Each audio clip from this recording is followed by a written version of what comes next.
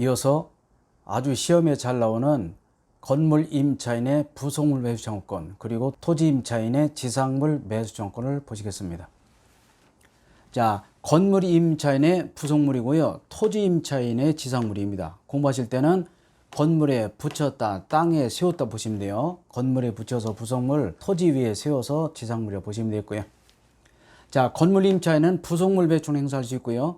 이 매수 청구권은 두 가지 다 똑같이 강행규정이자 형성권입니다. 뒤에 제가 정리해놨습니다. 일방적으로 행사할 수 있고 포기할 수 없다. 자, 부속물 같은 경우는요, 무조건 인정되는 것이 아니라 임대인이 부속시킬 때 동의 또는 임대인으로부터 사야 됩니다. 즉, 부속물은 동의매수 필요하다. 이따 나오지만 부동매 외우시기 바라고요. 부속물은 동의매수. 지상물은 제한이 없는데 부속물은 임대인이 부속시킬 때 동의 또는 임대인으로부터 매수해야 된다는 거.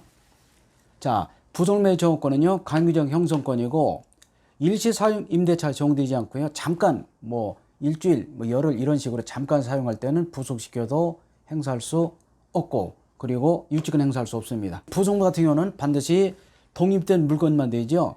구성 부분 이런 것은 부속물 매수 청구 대상이 되지 않습니다. 자, 부속물은 독립된 물건이어야 된다. 구성 부분은 비용으로 처리한다는 것도 알아두시면 좋겠고요. 토지 임차인의 지상물인데 아까 말씀드렸죠. 건물에 붙여서 부속물, 토지에 세워서 지상물, 역시 강규정 형성권이고요.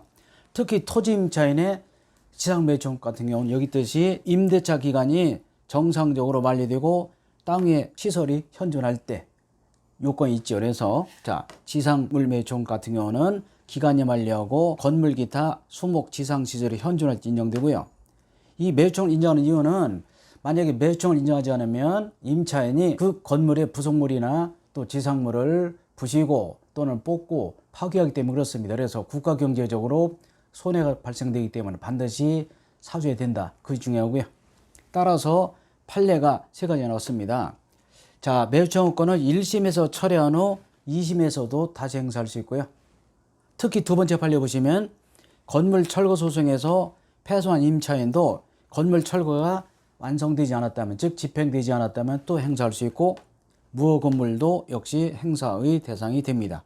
이 세 가지 판례는 가급적 매수 청구를 인정해서 건물을 파괴시키지 않고 사용하라, 그런 뜻이 숨어 있습니다. 그래서 매수 청구를 가급적 인정하도록 판례가 나오고 있다는 것도 알아두시면 되겠고요. 자, 매수 청구권은 시험에 정말 잘 나오죠.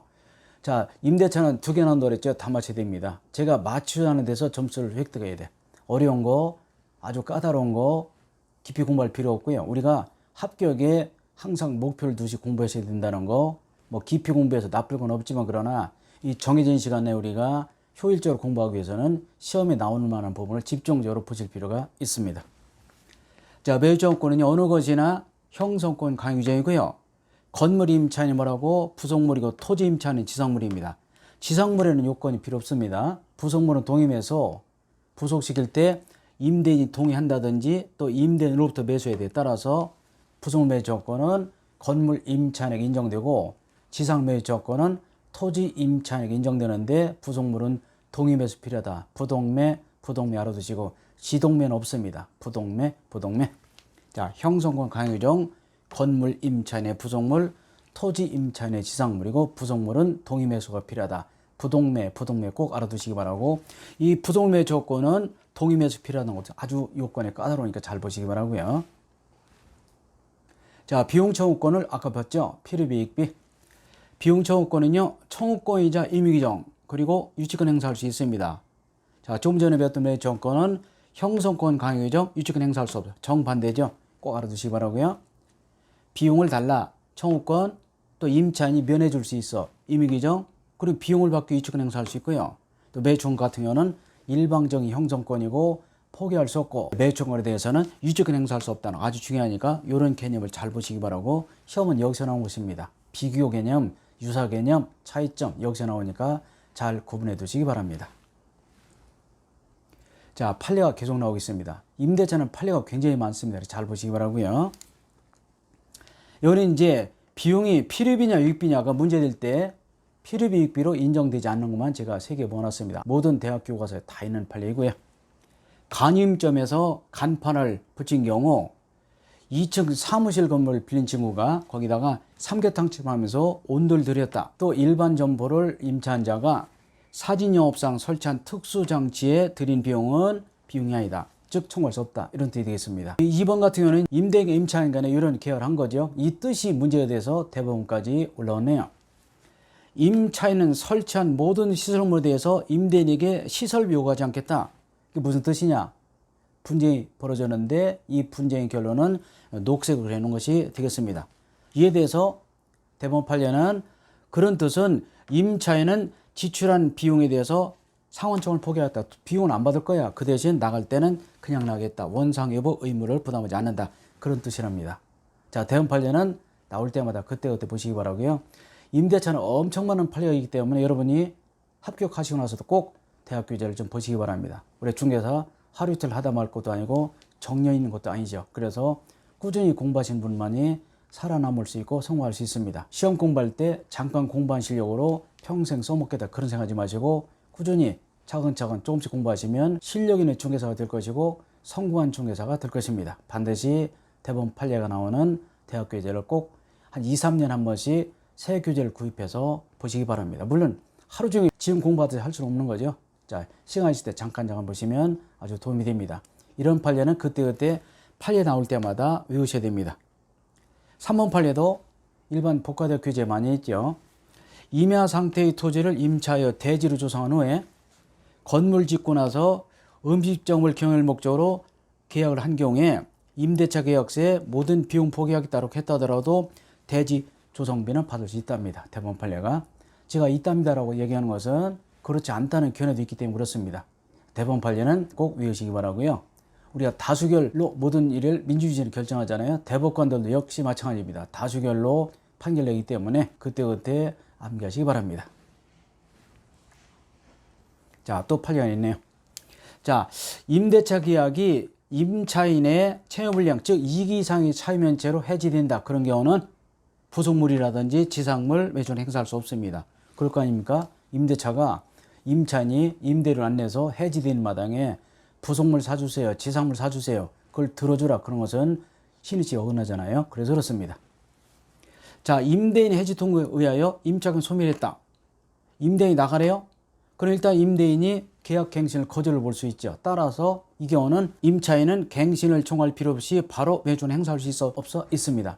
원래 임대인에게 갱신을 청구하고 임대인이 거절하면 매수를 청구하는 것인데 임대인이 미리 해지 통보를 했다면 갱신을 거절한 것으로 봐서 바로 매수는 행사할 수 있다. 그런 얘기가 되겠고요. 매수권 같은 경우는 지상 건물이 경제적 가치가 있느냐 또는 임대인에게 필요하냐 묻지 않습니다. 무조건 사줘야 되죠.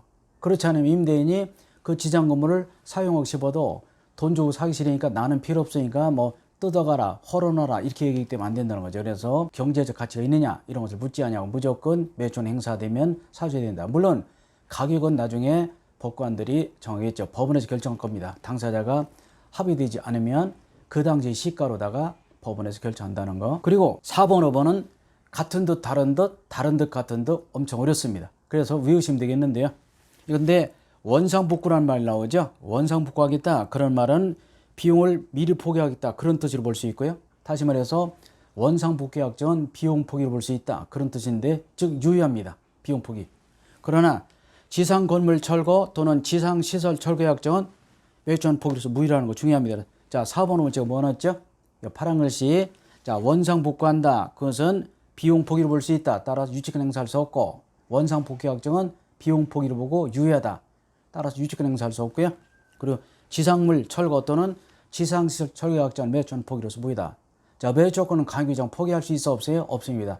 굉장히 중요하니까 시험용으로 원상복구라는 말이 나오면 비용 포기다. 그리고 지상건물 철거약정은 매수한 포기로서 인정할 수 없다. 자, 꼭 알아두시고 제가 조금 어렵기 때문에 또 역시 그림을 그려놨습니다. 자, 원상복구약정, 비용 포기약정, 유효. 그러니까 비용을 포기했으니까 비용 받기 위해 유치권 행사할 수 있어 없어요? 없죠. 그리고 지상시설 철거 또는 지상물 철거 약정은 매수한 포기로서 무효다. 왜냐하면 매수권은 강요장 포기할 수 있어 없어요? 없잖아요.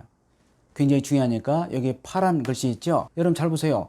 원상복구나 지상시설 철거는 내용 똑같잖아요. 원상복구에 지상시설 철거에 똑같은데 결과 전혀 다른 결과 나오니까 꼭 시험용으로 암기하시기 바랍니다.